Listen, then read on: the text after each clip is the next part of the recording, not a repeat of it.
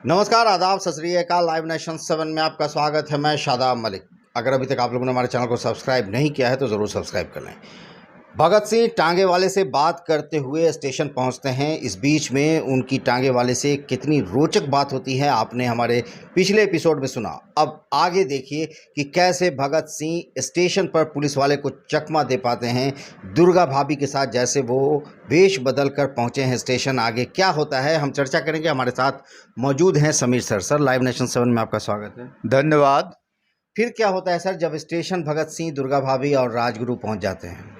तो होता क्या है कि स्टेशन पर जो है यात्री की तुलना में कई गुना ज़्यादा पुलिस रहती है। और जब वहाँ पहुँचते हैं ये लोग, तो इस तरह से असलियत में जो एक अधिकारी और एक अधिकारी की पत्नी और उनका जो नौकर होता है, उस रोल में ये लोग वहाँ पर जैसो पहुँचते हैं। होता क्या है कि भगत सिंह सची को कंधे पर इन जैसे यूँ लिए हुए, और एक हाथ जो उनका था वो कोट के पॉकेट में था, और हाथ जो था कोट के पॉकेट में वो रिवॉल्वर के ट्रिगर पर था। और भाभी जो थी वो भी जो है एक बैग लिए हुए छोटा सा, और जो है उस बैग में हाथ दिए हुए थी, और वहाँ उनका एक हाथ भी पिस्तौल पर था। और पीछे से नौकर मतलब जो है राजगुरु वही फटा हुआ दरी कांख में लटकाए हुए आ रहा है। उनके भी हाथ में हो गए पिस्टल। जाहिर सी बात है, वो भी जो है सो खाली हाथ नहीं मतलब ये थे, तीनों पूरे तैयार थे। और कहिए तो बिल्कुल जिंदगी और मौत का के बीच का अन्य बहुत ही पतला रेखा वहाँ पर खींचा हुआ था। सबसे बड़ी बात सर कि दुर्गा भाभी ने कितना बड़ा रिस्क लिया था कि अपने 2.5 साल के बच्चे को वो लेकर थी, मतलब कुछ भी हो सकता था। दुर्गा भाभी तो समझिए कि अपनी जिंदगी ही नहीं बल्कि अपने परिवार का भी सर्वस्व बलिदान करने के लिए बच्चे को 2.5 साल को लेके आ सकती है, बच्चा लेकर के आ सकती है, समझ सकते हैं। तो ये लोग वहाँ पर जो है पूरे सतर्क मुद्रा में थे। किसी भी क्षण गोली चल सकती थी, क्योंकि थोड़ा सा भी पुलिस को आभास होता तो पकड़ने के लिए इन लोगों पर हमला करती पुलिस, और गोली चलता, ये लोग मारे जाते।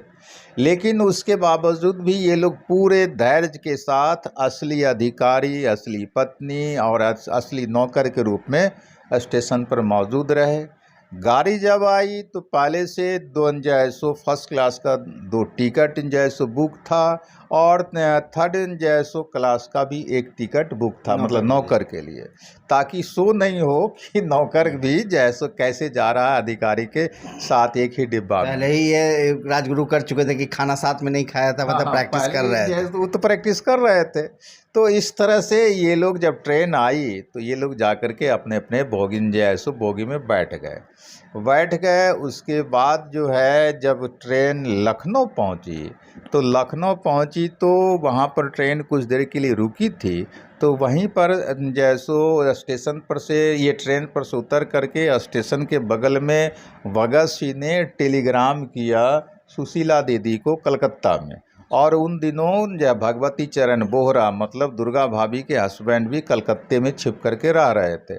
तो सुशीला दीदी को उन्होंने एक टेलीग्राम किया कि हम लोग आ रहे हैं कलकत्ता।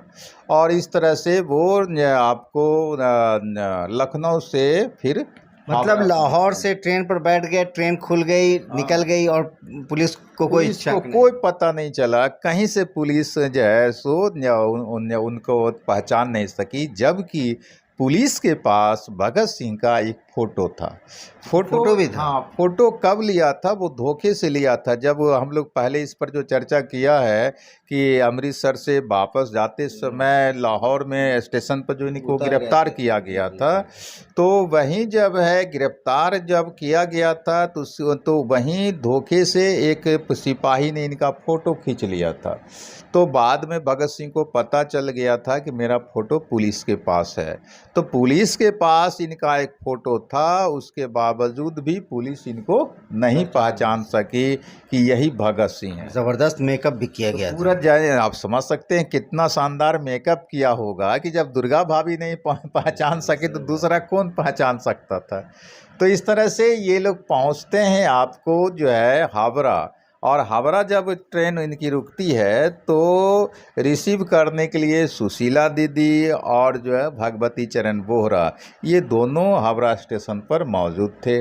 ट्रेन से जब ये लोग उतरे तो भगवती चरण बोहरा खुशी से छलांग लगा दिया कि दुर्गा भाभी मतलब उनकी पत्नी ने देश के महान क्रांतिकारी का जान बचा करके सुरक्षित हावड़ा लाई है।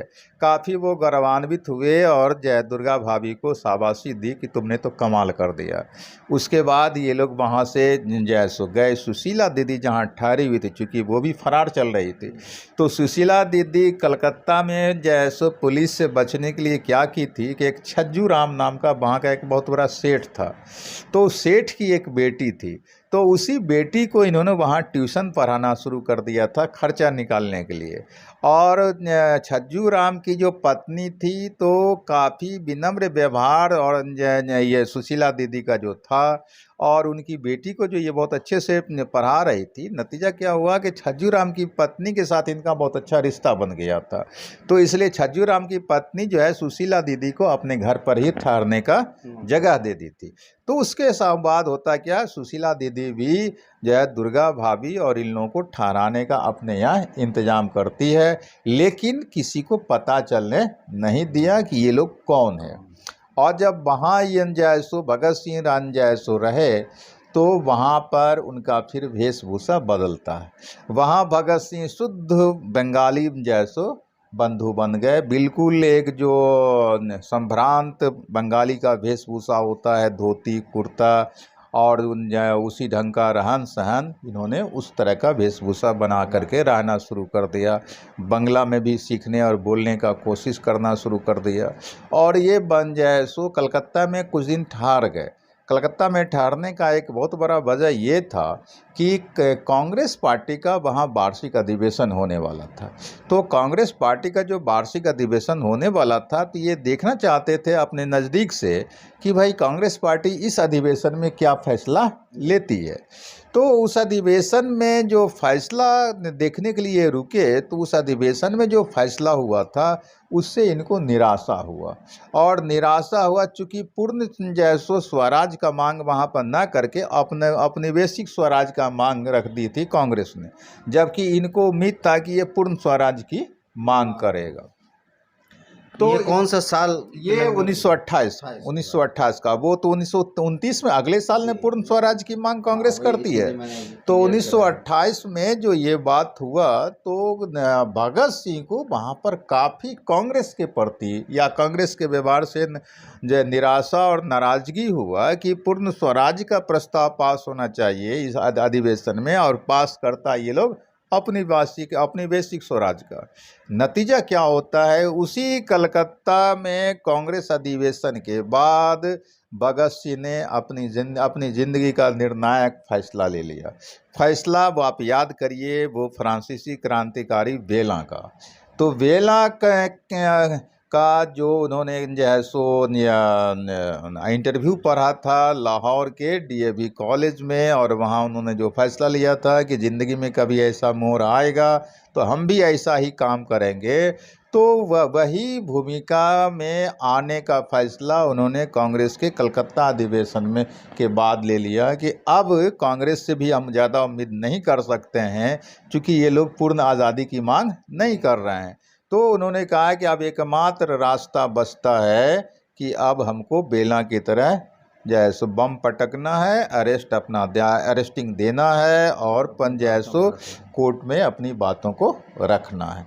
और उसके बाद फिर वो ये उस अभियान में लगते हैं। तो हम लोग आगे फिर देखेंगे कि अब इसके बाद वो क्या करते हैं। बहुत बहुत धन्यवाद सर।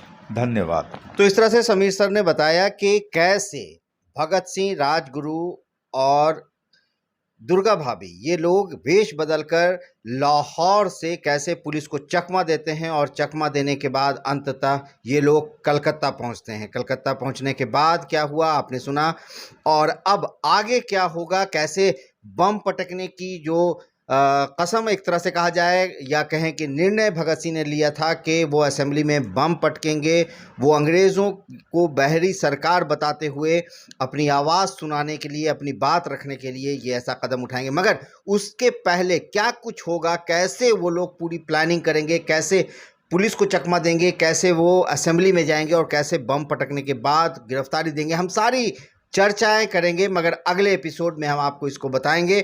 आप बने रहे हमारे साथ, देखते रहे हमारा वीडियो। अगर अभी तक आप लोगों ने हमारे चैनल को सब्सक्राइब नहीं किया है तो ज़रूर कर लें। साथ ही साथ आप कमेंट ज़रूर करें, अपने कमेंट में अपनी बातें रखें, आपको जो जानना है वो बताएं। साथ ही साथ आप जितना ज़्यादा हो सके वीडियो को शेयर करें ताकि देशभक्त इन क्रांतिकारियों की कहानी और भी लोगों तक पहुंच सके।